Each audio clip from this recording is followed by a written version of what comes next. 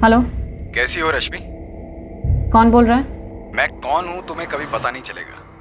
ये नंबर भी फ्लैश नहीं हो रहा होगा। रश्मि चौधरी कभी ढूंढ नहीं पाओगी मुझे। तुमने मुझे धमकी देने के लिए फोन किया है? नहीं, धमकी नहीं, शुभचिंतक हूं तुम्हारा। बस एक फरिश्ता समझ लो। ये जो तुम अपने लैपटॉप पे तस्वीरें देख रही हो ना, तुम्हें कैसे पता कि मैं क्या कर रही हूँ? मुझे सब पता है। कहने को तुम एनजीओ वाली समाज सेविका हो, पर हर इंसान की तरह तरक्की की सीढ़ी चढ़ना चाहती हो। और तुम मुझे खरीदना चाहते हो। अब तुम वो सेठ की फैक्ट्री में वो क्या कहते हैं, स्टिंग ऑपरेशन कर लिया। तस्वीरें ले ली चोरी छुपकर। चलो कोई नहीं, तुम जीती, सेठ हारे। अब सेठ की हार कबूल करो और अपना अमाउंट बोल दो, लेकिन हाँ, थोड़ा सोच समझ कर मुंह उतना ही खोलना जितने में दोनों का फायदा हो। थक गया है अपनी बीवी से।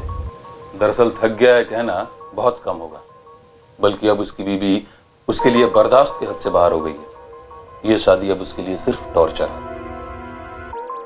ये बात उसके दिमाग में बैठ गई है। ये औरत खुद से उसके जीवन से नहीं निकलने वाली।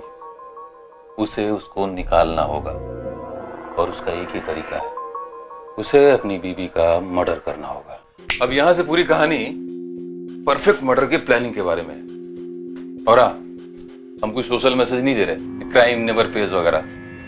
हम सिर्फ ये दिखा रहे हैं कि कैसे ये कैरेक्टर अपने शातिर दिमाग का इस्तेमाल करता है। आशीष, इस कैरेक्टर को निभाने और समझने के लिए मुझे एक्टिंग करने की जरूरत ही नहीं पड़ी। क्यों भाई? क्योंकि इस अजय के कैरेक्टर को खुद से जोड़ पा रहा हूं मैं। ऐसा लग रहा है मानो इस अजय के कैरेक्टर के नस नस से वाकिफ हूं मैं। बॉस, मुझसे बेहतर इस रोल को कोई कर ही नहीं सकता। थैंक्स। और सुन, चूंकि तू मेरा दोस्त है इसलिए खुल के बता रहा हूँ, अपना बिल्कुल ना के बराबर बजट। कोई बात नहीं आशीष, बजट नहीं होगा तो भी मैं इस रोल को करूंगा, क्योंकि ये रोल तो लिखा गया ही मेरे लिए। Thanks.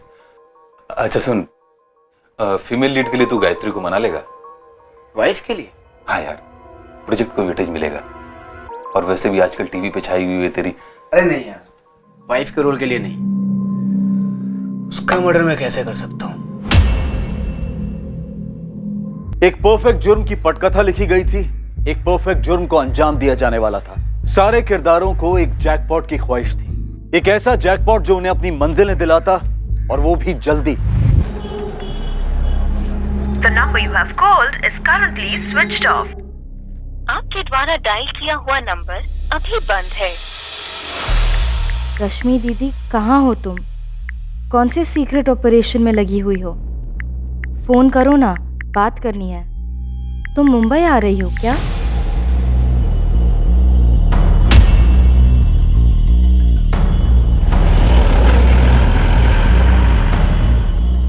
The number you have called is currently switched off. Please try again later. Thank you.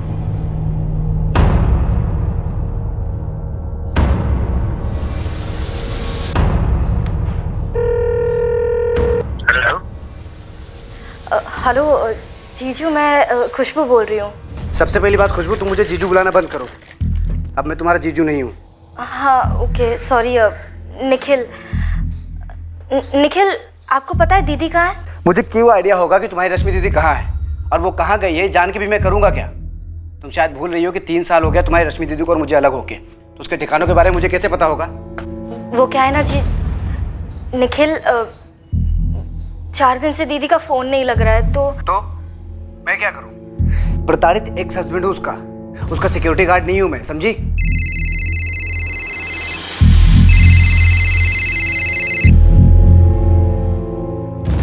Hello Jaydev uncle, खुशबू बोल रही हूँ। हाँ खुशबू बेटा, कैसी हो? मैं ठीक हूँ। रश्मि दी कहाँ है? रश्मि? मुझे नहीं पता बेटा रश्मि कहाँ है। अंकल, वो आपकी किराएदार है। किराएदार थी बेटा, लेकिन वो कुछ दिन पहले ही मकान खाली करके चली गई। उसके साथ सेटलमेंट हो गई, फाइनल डील भी हो गई। मैंने जो उसे फाइनल ऑफर दिया था वो उसने मान लिया और मकान खाली करके चली गई। ऐसे कैसे? दीदी ने मुझे कुछ बताया भी नहीं और मकान खाली कर दिया। अब इसमें मैं क्या कर सकता हूँ बेटा? ये तुम्हारे और तुम्हारे रश्मि दीदी के बीच की बात है।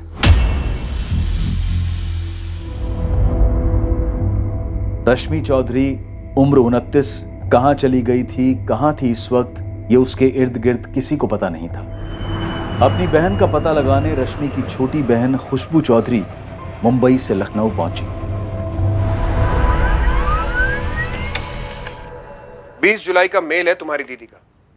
मुझसे मकान मालिक जयदेव भल्ला के खिलाफ केस वापस लेने के लिए कहा। हाय आशुतोष, मेरी जयदेव भल्ला के साथ फाइनली सेटलमेंट हो गई है, तो तुम प्लीज तुरंत केस वापस लेने की अर्जी डाल दो। मैं तुम्हारी फीस आज ही तुम्हारे अकाउंट में ट्रांसफर कर रही हूँ। अगले हफ्ते की डेट मिली अर्जी डालने के लिए। आशुतोष जी, पर रश्मि दीदी कहाँ पर है? मुझे भी नहीं पता खुशबू, कब से उसका फोन ही बंद आ रहा है। मैंने तो उसके एनजीओ के बॉस विक्रम से भी बात की, उन्हें भी कोई आइडिया नहीं। उन्हें रश्मि ने एक मेल किया बस कि कुछ काम से कहीं जा रही है, कुछ समय के लिए कांटेक्ट में नहीं रहेगी। और दीदी ने मुझे एक मैसेज तक नहीं किया। मुझे तो समझ नहीं आ रहा है यहाँ हो क्या रहा है। दरअसल जयदेव जी के साथ जो सेटलमेंट हुई ना उसकी, वो रश्मि के बॉस विक्रम के थ्रू ही हुई थी।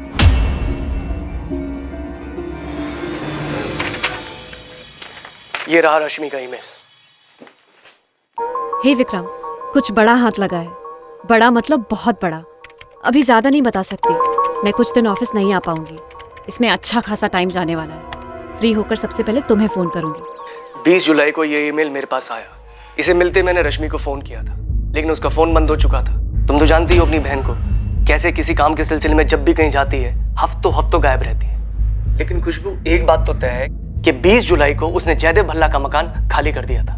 अगर 20 तारीख को दीदी ने जयदेव अंकल का मकान खाली किया तो उसके बाद वो कहाँ रह रही थी? और 23 को मैंने उन्हें फोन किया, उनका फोन बंद आ रहा था। घर खाली करने के बाद वो डायरेक्टली ऑपरेशन पे तो नहीं गई होंगी। उनका सारा सामान कहाँ है? अब खुशबू, ये तो मैं भी नहीं बता सकता क्योंकि फोन बंद था उसका। दीदी का जयदेव अंकल के साथ अचानक सेटलमेंट कैसे हो गया? कुछ अजीब सा लग रहा है। निखिल को नहीं पता दीदी कहाँ है, आपको नहीं पता दीदी कहाँ है, ऐसे कैसे हो सकता है? तुम तो उसकी बहन हो। जब उसने तुम्हें तो कुछ नहीं बताया तो बाकी किसी को बताने का तो सवाल ही नहीं पैदा होता। रश्मि चौधरी का कुछ पता नहीं चल रहा था और उसकी छोटी बहन खुशबू चौधरी ये मानने को तैयार ही नहीं थी कि उसकी रश्मि दीदी बिना उसे बताए ऐसे कहीं जा सकती है। खुशबू को शक हुआ कि या तो उसकी बहन का अपहरण हुआ है या फिर उसे जबरन कहीं रोका गया है। रश्मि के इर्द गिर्द कुछ बातें थीं जिनकी वजह से उसके लापता होने पर खुशबू को कुछ खटकने लगा था। खुशबू, तुम्हारी बहन रश्मि ने 20 जुलाई को 2 ईमेल्स भेजे, एक अपने लॉयर आशुतोष को और दूसरा अपने बॉस विक्रम सहगल को। दोनों मेल अपनी आईडी से भेजे। तुम्हें लगता है दोनों फर्जी हैं? ईमेल्स फर्जी हो सकते हैं क्योंकि सर, मैं अपनी रश्मि दीदी को बहुत अच्छे से जानती हूँ। हम दोनों बहनें बहुत क्लोज हैं और इस तरह फोन बंद करके कहीं चले जाना, वो भी मुझे बिना बताए, ऐसा हो ही नहीं सकता। लेकिन मकान मालिक जयदेव भल्ला ने बताया कि तुम्हारी बहन सारा सामान लेके घर खाली करके कहीं चली गई। अगर मकान खाली किया तो कहाँ गई, और वो भी मुझे बिना बताए? ऐसा नहीं हो सकता, मैं मान ही नहीं सकती। रश्मि पिछले 2 सालों से मेरे मकान नंबर 12 में किराए पर रह रही थी। बगल में मेरे 3 और मकान हैं, वो भी किराए पे थे। तीनों ने पैसे लिए और खाली कर दिए, लेकिन रश्मि की मांग कुछ ज्यादा ही थी, वो खाली कर ही नहीं रही थी। मैं तुम्हारा यहाँ 1 घंटे से इंतजार कर रहा हूँ रश्मि। मैंने बोला था ना जयदीप जी आपसे कि शायद मैं लेट हो जाऊंगी, आप ही जल्दी आ गए। पानी? नहीं, 20 लाख, सिर्फ और सिर्फ 20 लाख। मैं तुम्हें इतना ही दे सकता हूँ, इससे 1 पैसा भी ज्यादा नहीं। जयदेव जी, आपके चारों मकानों पर बिल्डर कम से कम 6 फ्लोर की 2 बिल्डिंग्स बनाएगा और उसने आपको पूरे 60 करोड़ ऑफर किए। गलत बोल रही हूँ? गलत कर रही हो तुम रश्मि, जो खाली नहीं कर रही हो। बाकी तीनों कैसे मान गए 20 में? और मुझे जितने भी पैसे मिले उसे तुम्हें क्या? जमीन मेरी है, तुम सिर्फ किराएदार हो। ये जो आप मेरी जमीनें बोल रहे हैं ना, सीना चौड़ा करके जयदेव जी, मैं उसकी बाल की खाल करके निकाल सकती हूँ कि ये जमीनें हासिल करने में आपने कितनी मुट्ठियां गर्म की। सोशल वर्कर समझ के मैंने तुम्हें मकान किराए पे दिया था, पक्का काउंटर तक नहीं बनाया, और अब तुम मुझे धोखा दे रही हो। कैसा धोखा? सोशल वर्कर है तो क्या हवा में सोएंगे? 1 करोड़ तो मांग रही हो। हाँ कहिए, अभी साइन करती। फिर वही 1 करोड़? तुम गलत कर रही हो रश्मि। जयदेव जी, आपके बाकी सारे मकानों का डील सस्ते में हो गया, आपको ज्यादा पैसे नहीं देने पड़े। मैं तो बस थोड़ा सा ज्यादा मांग रही हूँ, आपके 60 करोड़ में से 1 करोड़। 59 तो फिर भी आपके पास है ना। फिर भी आप ये कह रहे हैं कि मैं आपके साथ धोखा कर रही हूँ। पूरे 1 साल तक रश्मि ने कोर्ट के चक्कर कटवाए मुझे। मैंने कई बार उसके वकील आशुतोष और उसके एनजीओ के बॉस विक्रम से कहा कि सेटलमेंट करवा दे। आखिरकार विक्रम जी ने कुछ 45 लाख में सेटलमेंट करवा दी। तब जाकर उसने सिविल केस वापस लिया, पैसे लिए और मकान खाली कर दिया। 45 लाख? आपने दीदी को 45 लाख दिए और दीदी ने मुझे ये बताया तक नहीं और यूं ही कहीं चली गई। ऐसा कैसे हो सकता है? तुम और तुम्हारी दीदी एक दूसरे को क्या बताती है क्या नहीं बताती है, लेकिन मैं सच कह रहा हूं सर, मेरा सारा पेपर वर्क तैयार है। चाबी हैंड ओवर की रश्मि ने? इतनी तमीज कहां रश्मि में सर। मैं 20 तारीख को पूछने गया था उसे कि चाबी कब दे रही हो।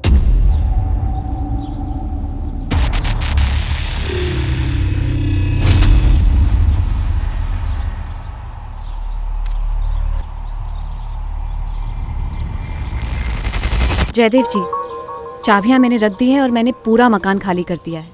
अपना सारा सामान लेके जा रही हूँ। Wish you all the best Jaidev ji. अब आप ही बताइए, मुझे कैसे पता चलेगा वो लड़की कहाँ चली गई? उसके बाद तो मेरा मन ही नहीं हुआ उसे फोन करने का। सोचा चलो अच्छा हुआ भला टल गई। सर, दीदी ने इनको चिट्ठी भेजी, आशुतोष जी और विक्रम जी को ईमेल्स भेजे, लेकिन मुझे एक सिंपल सा टेक्स्ट मैसेज तक नहीं किया। ये कैसे हो सकता है? जब मिलेगी तो पूछ लेना अपनी दीदी से, मुझे पूछने से क्या फायदा। लेकिन मेरी बहन कहाँ है? जयदेव जी, घर की चाबी दीजिए, हमें तलाशी लेनी। हाँ मैम, जयदेव जी बिल्कुल ठीक कह रहे हैं। 17 जुलाई को उन्होंने मुझे 45 लाख कैश दिए थे, जो मैंने उसी दिन रश्मि को दे दिए थे। लेकिन विक्रम जी आपके थ्रू क्यों?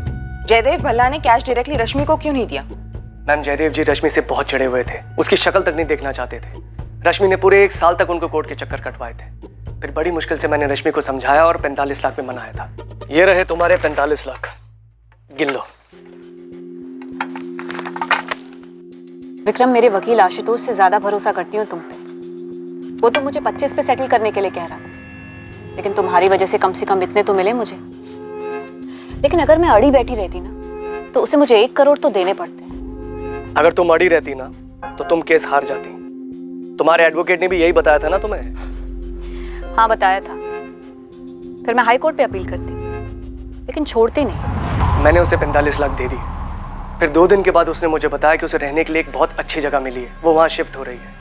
मैंने उसे डिटेल्स पूछी तो उसने मुझे बोला कि ऑफिस में आके बताएगी। बस उसके बाद उसका ये मेल आ गया कि कुछ बहुत बड़ा हाथ में लगा है। मैंने जानने की कोशिश भी की, लेकिन तब से उसका फ़ोन बंद है। बहुत बड़ा कुछ हाथ लगा है, मतलब एनजीओ से रिलेटेड? हो सकता है। मैम, मैं आपको एक और चीज़ बताना चाहता हूँ। हमारा एनजीओ समाज से जुड़े काम तो करता ही है, साथ में हम लोग बचाव यानी रेस्क्यू ऑपरेशंस भी करते हैं। मतलब ट्रैफिकिंग? जी, ट्रैफिकिंग, बाल मजदूरी। मैम, पिछले साल हमें ये 2 अवार्ड्स भी मिले हैं। लेकिन अपने बहन को बिना बताए ऐसे रश्मि जा कहाँ सकती है? मैम, सच कहूँ तो मुझे भी बात काफ़ी अजीब लग रही है। मैं इन दोनों बहनों को बहुत अच्छे से जानता हूँ। इनके पेरेंट्स तो बचपन में ही गुजर गए थे। रश्मि ने बड़ी मुश्किल से अपनी पढ़ाई पूरी करी थी और उसके बाद खुशबू को भी पढ़ाया था। तो रश्मि इतनी बड़ी बात खुशबू को ना बताए और कहीं चली जाए, ये हो नहीं सकता मैम।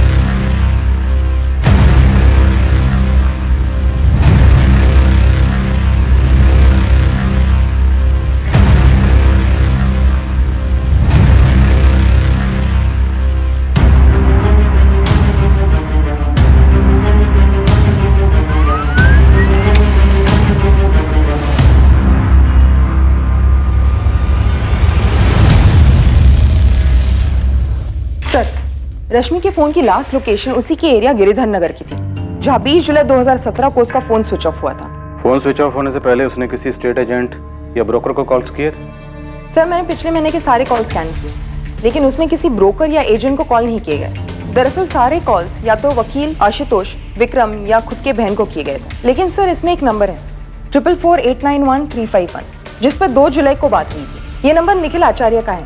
उसका मर्डर मैं कैसे कर सकता हूँ? रश्मि का हस्बैंड जो मुंबई में रहता है। रश्मि का हस्बैंड? लेकिन खुशबू ने तो हस्बैंड के बारे में कुछ बताया ही नहीं। सर, 3 साल पहले अलग हुए थे और रश्मि ने इसे भी कोर्ट तक घसीटा था। घरेलू हिंसा का केस किया था इसके खिलाफ। दैट्स राइट मैम, रश्मि का केस मैं ही हैंडल कर रहा हूँ। मैंने उसे समझाने की कितनी कोशिश की कि केस विड्रॉ करो, आगे बढ़ो, जितना मिल रहा है उसमें मान जाओ, लेकिन नहीं। अब केस लंबा खिंचा और पता चला कि बिल्डर ही पीछे हट गया, तो 20 भी नहीं मिलेगा। मैं तो 25 दिलवाने की कोशिश कर रहा था, लेकिन रश्मि का बॉस विक्रम, उसने अच्छी डील करा दी और केस वापस हो गया। और ये डोमेस्टिक वायलेंस वाला केस उसके हस्बैंड के खिलाफ 3 साल से चल रहा है। अब शांति और समझदारी से अलग नहीं हुए रश्मि और निखिल। मैंने कहा भूल जाओ, लेकिन लोग भुला ही नहीं पाते। रश्मि भूलने को तैयार ही नहीं है। वो कहती है कि अगर मैंने केस वापस ले लिया तो उन तमाम औरतों का क्या होगा जो केस लड़ ही नहीं पाती हैं। इसीलिए वो अपने पति निखिल के खिलाफ डोमेस्टिक वायलेंस का केस वापस नहीं ले रही है। एक केस खत्म हुआ, साथ में मिला कैश, और दूसरा केस अभी भी लड़ रही है अपने सेपरेटेड हस्बैंड के खिलाफ। सर कितनी अजीब बात है, ये रश्मि अचानक से गायब हो जाती है किसी को बिना बताए, वो भी 45 लाख मिलने के बाद। सुप्रिया, हो सकता है खुद से गायब ना हुई, किसी ने शातिर प्लानिंग के तहत गायब कराया। ऐसा लगता है उसकी पत्नी गायब नहीं हुई है, वो खुद अपनी मर्जी से कहीं चली गई है। उसने लोगों को तैयार कर लिया है तो वो ये कहेंगे कि कुछ गड़बड़ नहीं है। आखिर पुलिस भी तो कुछ साबित नहीं कर पाती, पर पुलिस लगी रहती है, कहती है बहुत ही बारीक प्लानिंग हुई है, एक परफेक्ट क्राइम की कोशिश हुई।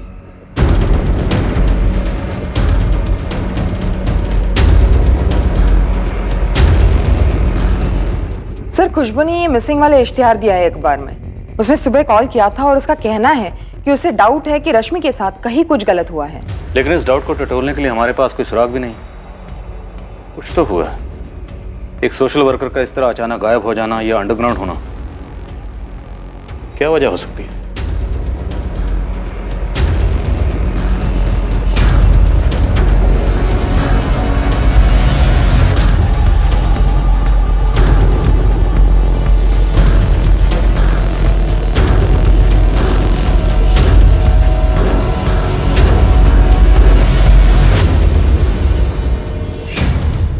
मैंने और मेरे बंदों ने लखनऊ के सभी छोटे बड़े ब्रोकर्स को कांटेक्ट किया, लेकिन किसी के पास भी इस रश्मि चौधरी का ना फोन आया ना कुछ। 45 लाख कैश था उसके पास, छोटी रकम नहीं होती। और खुद से गायब होने की कोई वजह भी तो नहीं थी। और अगर कुछ है भी तो फोन रिकॉर्ड्स में दिख नहीं रहा। मुझे दो बातें समझ में आ रही हैं। पहला तो रोकड़ा कि किसी ने 45 लाख रुपए के लिए इसे गायब कर दिया और मारवार भी डाला, और दूसरा कारण हो सकता है बदला, कि किसी का नुकसान करवाया हो इस एनजीओ मैडम ने, बंदे ने बदला लेने के लिए गायब करवा दिया, मारवार भी डाला। लेकिन उसने लोगों से कहा कि उसे दूसरा मकान मिल गया है, वो शिफ्ट हो रही है। मकान खाली हुआ है मतलब सामान निकला है, पर निकला है तो कब, कैसे और गया कहाँ?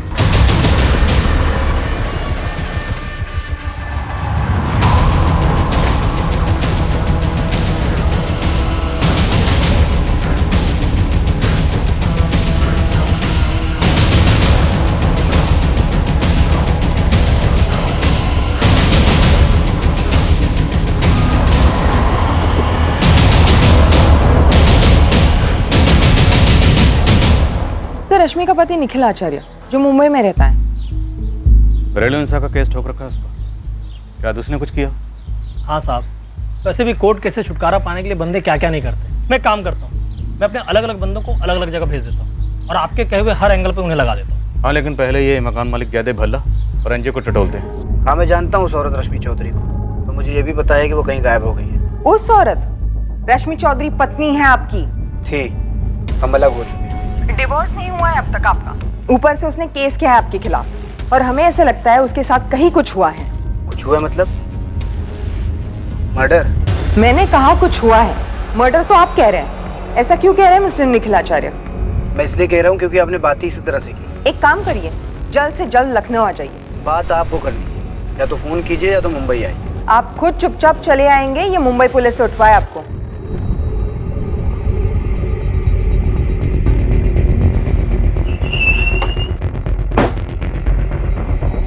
अरे सर, सर सर ऑफिस खोला तो ये हाल मिला इधर।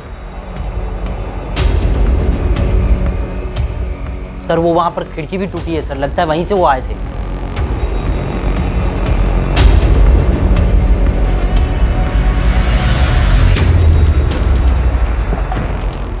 सीसीटीवी वायर काट दी गई है सर। डीवीआर का सारा फुटेज एडिट है सर। मैं तो बोलता हूँ जल्दी से पुलिस को फोन करते हैं। मुझे लगता है ये जो कुछ भी हुआ है ना, रश्मि से जुड़ा हुआ है। रश्मि से? जी जयदेव जी बोलिए। मैंने पूरी ईमानदारी से आपको 45 लाख रुपए दिए थे रश्मि को देने के लिए। इसके बावजूद भी सारी दुनिया मुझे फोन करके पूछ रही है उसके बारे में। बिल्डर भी पूछ रहा है कि आखिर माजरा क्या है। देखिए विक्रम जी, अभी मुझे परेशान मत करिए। मैंने आपके और रश्मि के बीच में सिर्फ बातचीत करवाई थी, आगे खुद हैंडल करिए आप। हाँ, लेकिन आप मेरी बात तो सुनिए विक्रम। सर आप मेरी बात सुनिए, मैं अभी अपने ऑफिस में आया, मेरे ऑफिस में चोरी हुई है, प्लीज मेरी बात समझिए, मुझे अभी परेशान मत कीजिए। खुशबू, तहकीकात चल रही है, हम खाली हाथ नहीं बैठे। हमें भी लगता है कुछ सीरियस हुआ है। सीरियस मतलब सर? खुशबू, अभी पक्का नहीं है, हम हर मुमकिन कोशिश कर रहे हैं। हर पहलू में तहकीकात जारी है। हमने सभी पुलिस स्टेशन में खबर भिजवाई है कि पिछले 1 महीने में जितनी भी अनआइडेंटिफाइड बॉडीज मिली हैं उनकी डिटेल्स हमसे शेयर करें। ये सब बहुत अजीब है। पिछले 1 साल से मेरी दीदी उस मकान के लिए लड़ रही थी और फिर 45 लाख में मान गई और फिर बिना किसी से कुछ बताए, किसी से कुछ कहे, अचानक मकान छोड़कर चली गई। सर, ये सब मुझे बहुत अजीब लग रहा है। तुम्हारी बात सही है, पर 45 लाख भी बड़ी रकम होती है, तो कुछ तो गड़बड़ हुई। अब या तो ये केस पैसों की हेराफेरी का है, या फिर हो सकता है तुम्हारी दीदी से किसी की कोई दुश्मनी रही हो एनजीओ के कामों को लेकर। हम सबसे पूछताछ कर रहे हैं, पर पूछताछ एक पॉइंट तक ही हो सकती है। कोई सुराग हो, कोई सबूत हो, तो ही बात आगे बढ़ सकती है। वैसे हमने निखिल आचार्य को बुलाया Lucknow. Nikhil? Oh my God. क्या हो खुशबू, कुछ जानती हो? सर, मैंने निखिल को कॉल किया था मेरी दीदी के बारे में पूछने के लिए कि शायद उन्हें कुछ पता हो, लेकिन बहुत ही रूडली बात की उन्होंने मुझसे। मेरे किसी भी सवाल का सीधा जवाब नहीं दिया उन्होंने। खुशबू, तुम्हारी दीदी का ये सेपरेटेड हस्बैंड निखिल आचार्य आदमी कैसा? तुम्हें लगता है वो कुछ कर सकता है? सर, कौन क्या कर सकता है मुझे कुछ समझ नहीं आ रहा। मुझे सिर्फ इतना लग रहा है कि मेरी दीदी कोई बहुत बड़ी मुसीबत में फंस गई है।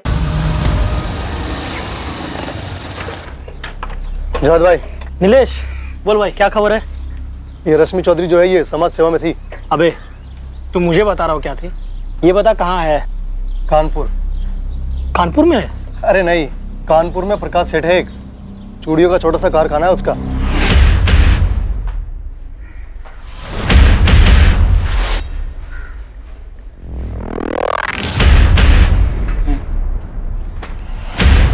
छह महीने पहले तक उसके कारखाने में बच्चे काम करते थे, काफी सारे थे।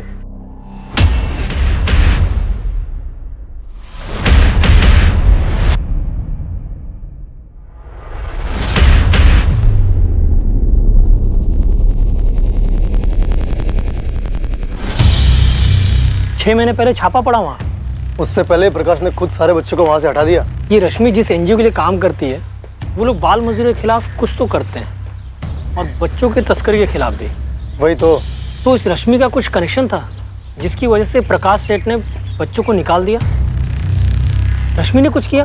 क्या किया वो मालूम नहीं, लेकिन पक्का वो शामिल थी, क्योंकि कई लोगों का नुकसान किया है इस रश्मि मैडम ने।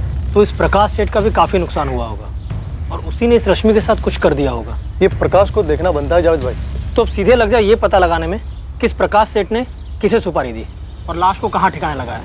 क्या खबरी जावेद का शक सही था? क्या रश्मि का कत्ल हो गया था और उसकी लाश ठिकाने लगा दी गई थी? क्या उसके कत्ल का कारण था उसका काम, जिसमें गैर कानूनी बाल मजदूरी से बच्चों को बचाया जाता था? या फिर मर्डर का कारण कुछ और ही था, कोई पर्सनल एंगल? इस जुर्म की कहानी लिखने वाले ने बहुत मेहनत की थी, कोई गुंजाइश नहीं रहने दी थी कि जिससे रश्मि के गायब होने का रहस्य खुल जाए।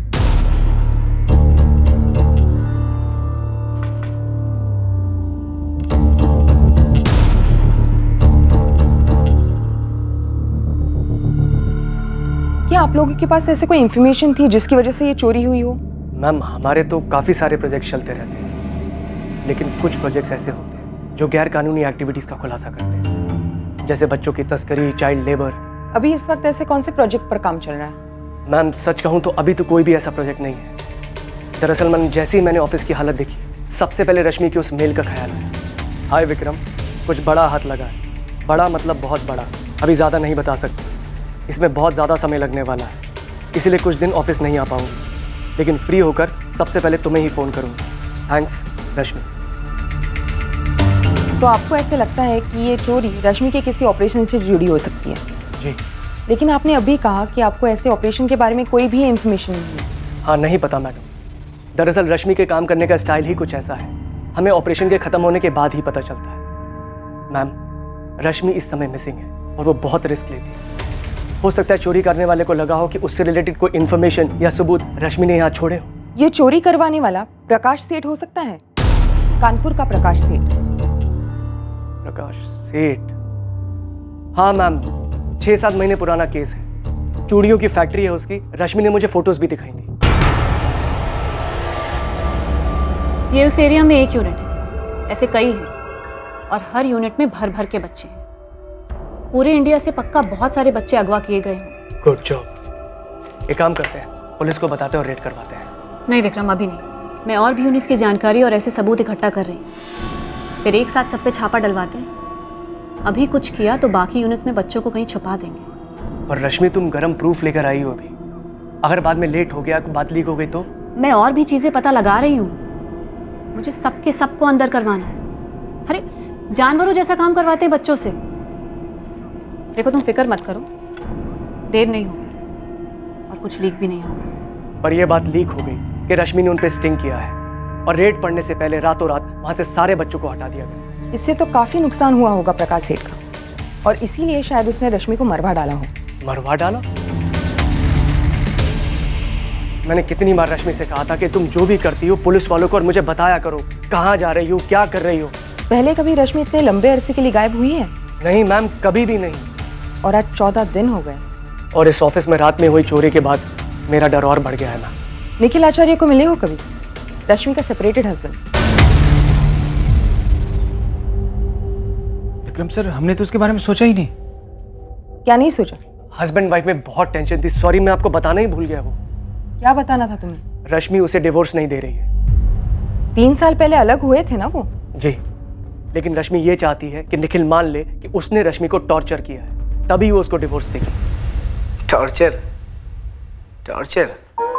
थक गया है अपनी बीवी से। दरअसल थक गया है कहना बहुत कम होगा, बल्कि उसकी बीवी अब उसके लिए बर्दाश्त के हद से बाहर हो गई है। ये शादी अब उसके लिए सिर्फ टॉर्चर है। मैं उसके लिए टॉर्चर हूँ? घरेलू हिंसा का केस किया तुम पर? 3 साल से चल रहा है, फैसला नहीं आया अभी। और 3 साल में टॉर्चर तो मेरा होता आया है, और उसके पहले का तो खैर। Phone records. 2 जुलाई को तूने रश्मि को फोन किया था। तो इस फोन कॉल की वजह से आपको लगता है कि मुझे पता है रश्मि कहाँ है? कहीं खुशबू ने तो कुछ नहीं कहा आपको? रश्मि गायब है, क्या जानते हो उसके बारे में? कुछ नहीं, लेकिन इतना जानता हूँ कि जो औरत अपने पति पर घरेलू हिंसा का झूठा केस डालती है, उसे डिवोर्स देने से इनकार करती है, वो औरत दुनिया में सिर्फ अपने एक्स हस्बैंड को बताएगी कि वो कहाँ है और क्यों गायब हुई। कमाल है। एक चीज होती है इंस्पेक्टर, लॉजिक। एक हकीकत होती है बदला। तुम उससे पीछा छुड़ाना चाहते थे, वो डिवोर्स दे नहीं रही थी, ये होता लॉजिक। अच्छी पट्टी पढ़ाई उसके वकील ने आप लोगों को। एक्टिंग का भूत था निखिल पर, फिल्मी दुनिया के सपने थे। वो चाहता था कि रश्मि यहाँ का अच्छा खासा करियर छोड़ छाड़ कर उसके साथ मुंबई शिफ्ट हो जाए और वहां जाकर फुल टाइम जॉब करे, ताकि खुद निखिल फिल्म इंडस्ट्री में स्ट्रगल कर सके। सर, यहाँ भी निखिल की कोई स्टडी इनकम नहीं थी। अलग होने का यही कारण? रश्मि को बड़ा अफसोस है कि उसने ऐसे आदमी से शादी की जिसने उसे हर तरह से निचोड़ के रख दिया, फाइनेंशियली, इमोशनली, सब तरह से। और डिवोर्स नहीं दे रही है? जिद्दी है वो। निखिल को उसके किए की सजा दिलवाना चाहती है। ये निखिल किसने बदला लिया होगा? कुछ करवाया होगा रश्मि के? सर, निखिल तो हताश हो चुका है इस केस को लेकर। रश्मि कहती है कि वो तो पागलों की तरह पीछे पड़ा है इस केस को वापस करवाने के लिए। हम दोनों की लाइफ रुकी हुई है रश्मि। मुझे काम से टाइम निकाल कर लखनऊ कोर्ट आना पड़ता है। मुंबई से फ्लाइट का कॉस्ट तुमको पता है, ऊपर से वक्त की कीमत।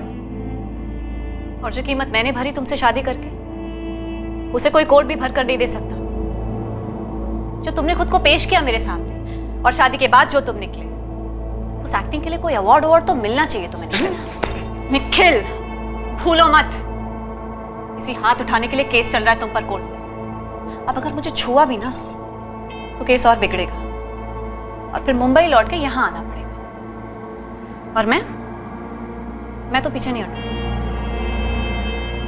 तुमने जो परेशानियां दी है ना मुझे मेरी लाइफ में, उसके बदले में सूद समेत भरपाई करवाने का प्लान है मेरा। तुम्हारे इंतजार की बर्दाश्त खत्म हो गई जब तुम यहाँ पर कोर्ट हियरिंग के लिए आए, रश्मि के पास गए और उसे गायब करवा दिया। लॉजिक ही लॉजिक। एक तरफा मन गढ़ंत कहानी कभी लॉजिक नहीं होती इंस्पेक्टर। आप रश्मि से मिले तक नहीं, उसका असली चेहरा तो क्या आपको नकली चेहरा भी नहीं पता?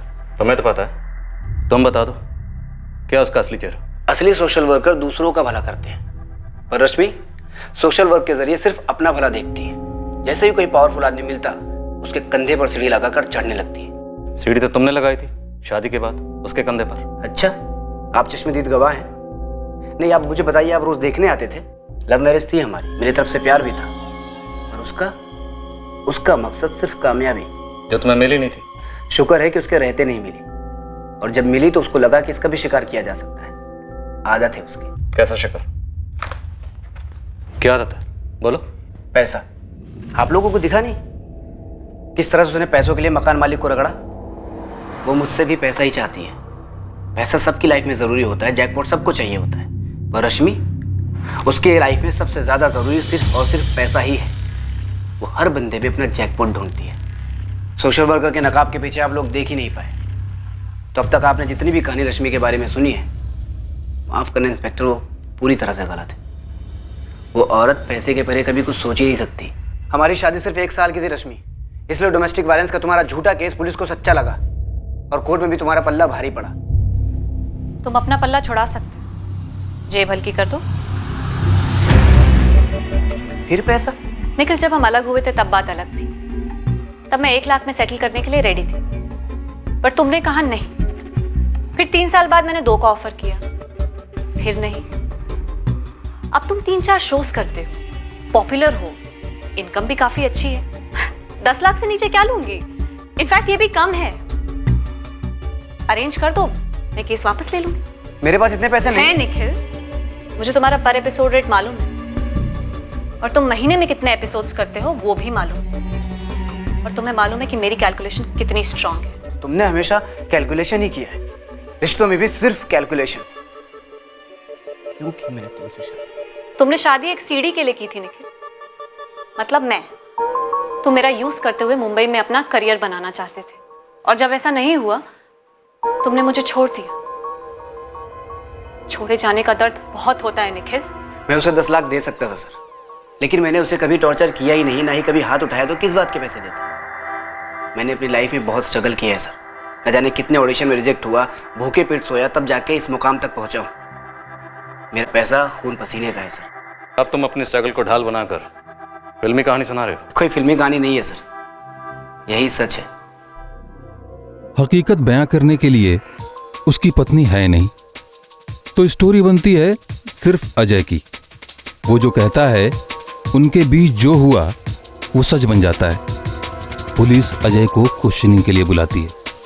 वो जानता है कि पुलिस जाहिर तौर पे उस पर शक करेगी, लेकिन अजय पूरी तरह तैयार है। शातिर खिलाड़ी भी है सर, पूरा चांस है कि वो खुद कहीं छुप कर बैठी हो, क्योंकि उसको पता है कि उसके गायब होने से कई लोगों पर शक होगा, और जब शक होगा तो पुलिस उन्हें टटोलेगी, जिससे उनके पुराने पाप भी बाहर आएंगे।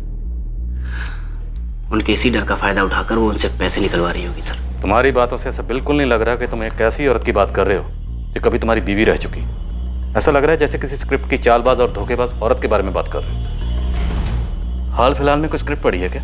फिल्में जिंदगी का आईना होती हैं सर। एक स्क्रिप्ट में मैंने एक लाइन पढ़ी थी कि पैसों की खुशबू मुर्दों को भी जिंदा कर सकती है। पैसा कुछ भी करवा सकता है सर। थोड़ा ड्रामेटिक है, पर सच छुपा हुआ है इस लाइन में। 45 लाख कैश थे उसके पास, लेकिन हमने कहीं देखा नहीं है सर। ये तो हमें मकान मालिक जयदेव भल्ला ने बताया, लॉयर आशुतोष ने भी बताया, और विक्रम का भी यही कहना है। निखिल और रश्मि की कहानी भी हमें वकील आशुतोष ने सुनाई, जैसे निखिल ने सुनाई, पर हकीकत क्या है ये देखने के लिए हम कहीं भी मौजूद नहीं थे। सर 45 लाख की खुशबू बहुत तगड़ी होती है, किसी से भी कुछ भी करवा सकती है, जैसे निखिल ने कहा। राइट, मुर्दों को भी जिंदा कर सकती है। हे गायत्री। निखिल, सब ठीक है ना? हाँ सब ठीक है। अच्छा, बेबी ज्यादा प्रॉब्लम तो नहीं हुई? ना ना, हो गया आराम से सब। लेकिन रश्मि है कहाँ?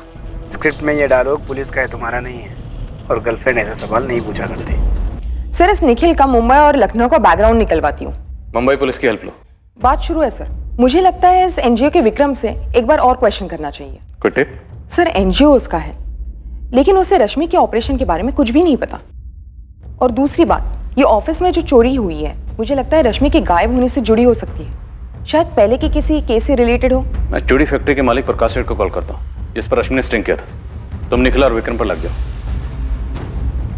सुप्रिया,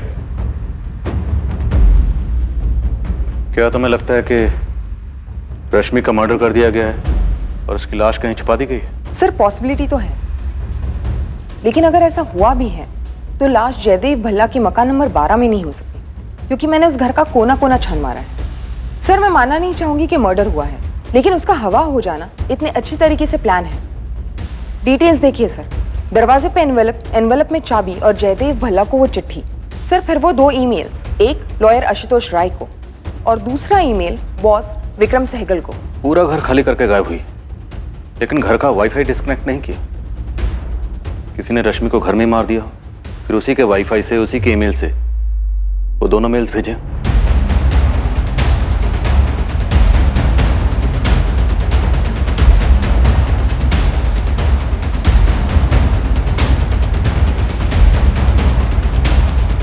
गायब हुई है, गायब करवाया है या मर्डर हुआ, लेकिन जो भी हुआ उसके पीछे मुझे एक ही मोटिव लगता है, पैसा। पर क्या वाकई पैसा इस केस का मोटिव था? वो 45 लाख रुपए जो रश्मि को बतौर भरपाई मिले किराए का मकान छोड़ने के लिए, या इस केस का कोई ऐसा पहलू था जिसका साया भी अब तक केस पर पड़ा नहीं? बहुत जल्द एक और राज सामने आया, पर क्या ये सब कुछ चौंकाने वाला था?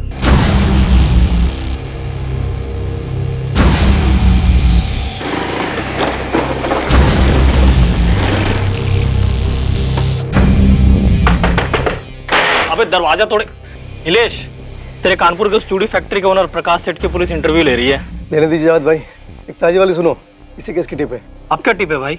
अपना हिस्ट्री चीटर है ना सुरेश मल्ला उर्फ खंबा, पी के कुछ उगल दिया क्या?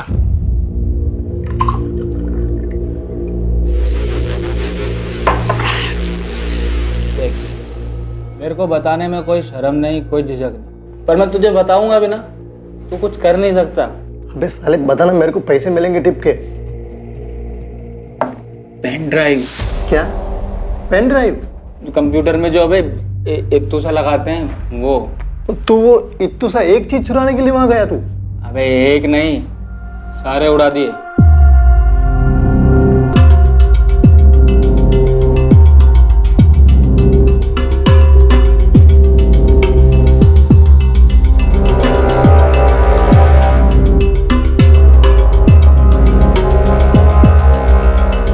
वो कीमती होते हैं क्या? नहीं बे, उसके अंदर जो जानकारी होती है ना, वो कीमती होते हैं। कुछ 7-8 मिले थे, सब पहुंचा दिए। किसे? बलवीर यादव।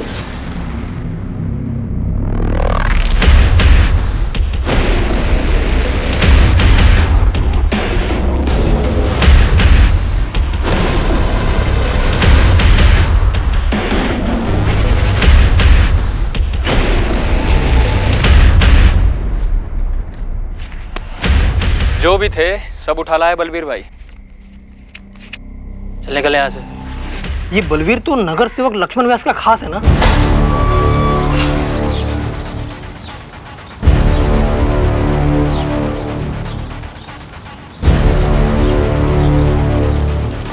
भाई जी,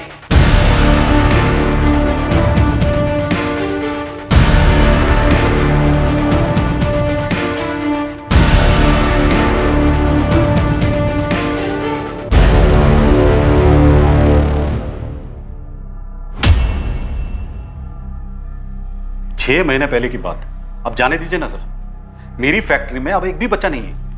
रश्मि के स्टिंग ऑपरेशन की खबर अगर लीक होकर तुम तक ना पहुंचती तो रेड होने से पहले तुम बच्चों को फैक्ट्री से बाहर ना निकाल पाते और इस वक्त तुम जेल के अंदर होते। सुपारी किसे दी, लाश कहां फिकोई? रुके रुके सब, आप तो कुछ भी बोले चले रहे हैं।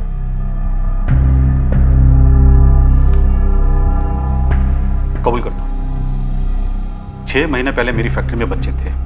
कबूल करता हूं, मुझे रश्मि चौधरी वाले स्टिंग ऑपरेशन के बारे में खबर मिली।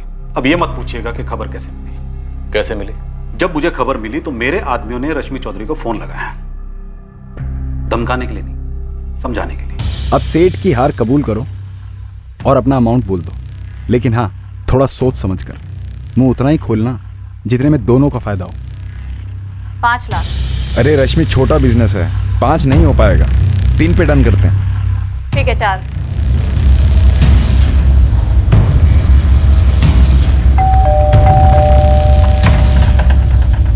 गिन लो, 4 हैं। वहीं रुको, मैं गिन के आती हूँ। कोई धमकी नहीं, कोई मर्डर नहीं, बस 4 लाख में काम हो गया। तुम कह रहे हो कि रश्मि ने तुम पर स्टिंग किया और फिर तुमसे 4 लाख लेकर तुम्हें रेड की टिप दी। और रेड होने से पहले तुमने बच्चों को फैक्ट्री से हटा दिया। हाँ, और मैंने अपने कान पकड़ लिए कि आगे से बच्चों को कभी काम पे नहीं रखूंगा, क्योंकि 4 लाख की रकम मेरे लिए बहुत बड़ी होती है। तो 4 लाख वापस लेने के लिए और अपने नुकसान की वजह से तुमने रश्मि चौधरी को मरवा दिया। धंधा करता हूँ साहब, रोजाना हर किस्म के लोगों से मुलाकात होती रहती है जो हद से ज्यादा गुस्सा दिलाते हैं। अब सबको मरवाता फिरूँ साहब? मैं छोटा मोटा सीधा साधा धंधा करता हूँ, ये धमकी देना, ये मरवाना मेरे बस की बात नहीं है। बकवास है सर ये। रश्मि ने खुद अपने स्टिंग का लीक करवाया और उसके पैसे लिए।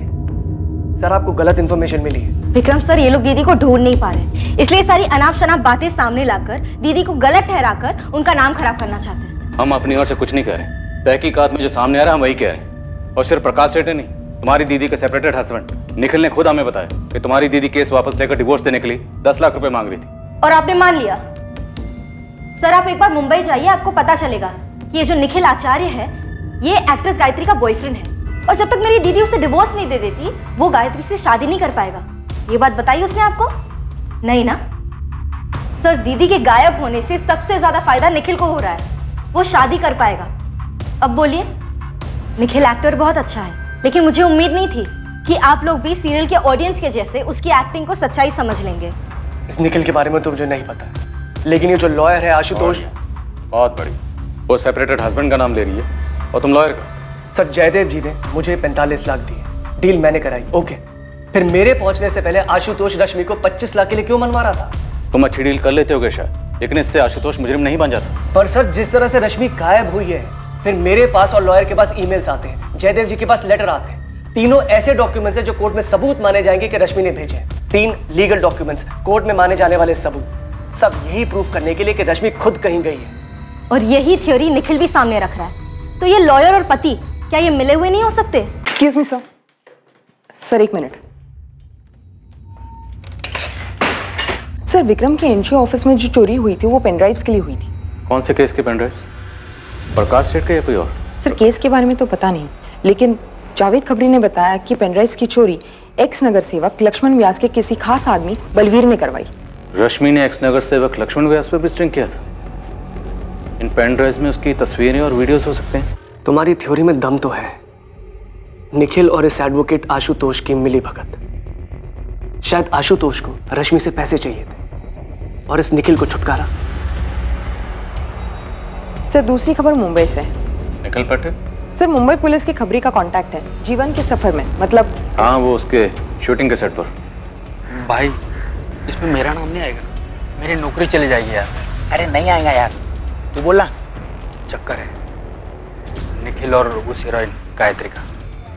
ये रश्मि को गायब करने में कोई हाथ है क्या? इतना तो नहीं मालूम, लेकिन भाई वो अपने डायरेक्टर है ना आशीष भाई, वो एक वेब सीरीज बना रहे हैं, परफेक्ट मर्डर अ मिस्ट्री नाम। फुल फाड़ स्टोरी है। स्टोरी बाद में सुना, पहले काम की बात बोल। काम की बात बोल रहा हूँ भाई। वो वेब सीरीज के स्टोरी में हीरो अपनी पत्नी का मर्डर कर देता है। निखिल ने जब स्टोरी पहली बार सुनी थी ना, तो उसने बोला कि ये मैरिज लाइफ की स्टोरी है, इसको मुझसे बेहतर कोई नहीं कर सकता। इस केस के घोड़े कहाँ कहाँ दौड़ रहे हैं? रश्मि ने लक्ष्मण व्यास पर क्या स्ट्रिंग किया होगा, और ये निखिल किसी स्क्रिप्ट की कहानी असली जिंदगी में जी रहा है। सारे आइडियाज उसको वहीं से आ रहे हैं क्या? क्या यार निखिल, तूने बोला तो तू करेगा, स्टोरी तेरे लिए लिखी गई है। आई एम सॉरी आशीष, ये स्टोरी मेरी लाइफ के बहुत करीब लग रही है, मुझसे नहीं हो पाएगा यार। ठीक है, तुझसे जबरदस्ती एक्टिंग तो नहीं करवा सकता ना। चल निकलता हूँ, बाय।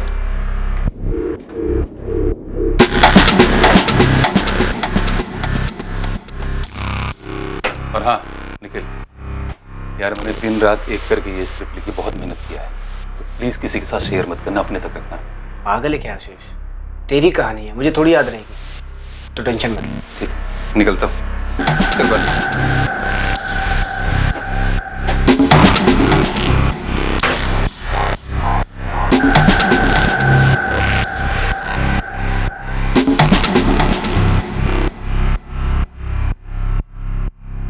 क्या एक फिल्म की कहानी की तरह परफेक्ट क्राइम को अंजाम देने के बाद परफेक्ट तरीके से सुराग मिटाए गए?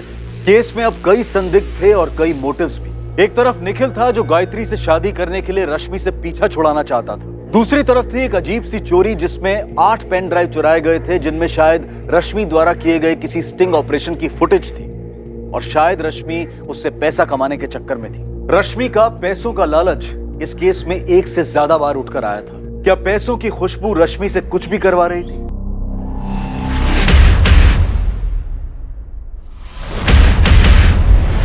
मुश्किल केस था क्रैक करने के लिए और रश्मि अपनी सच्चाई बोलने के लिए सामने नहीं थी।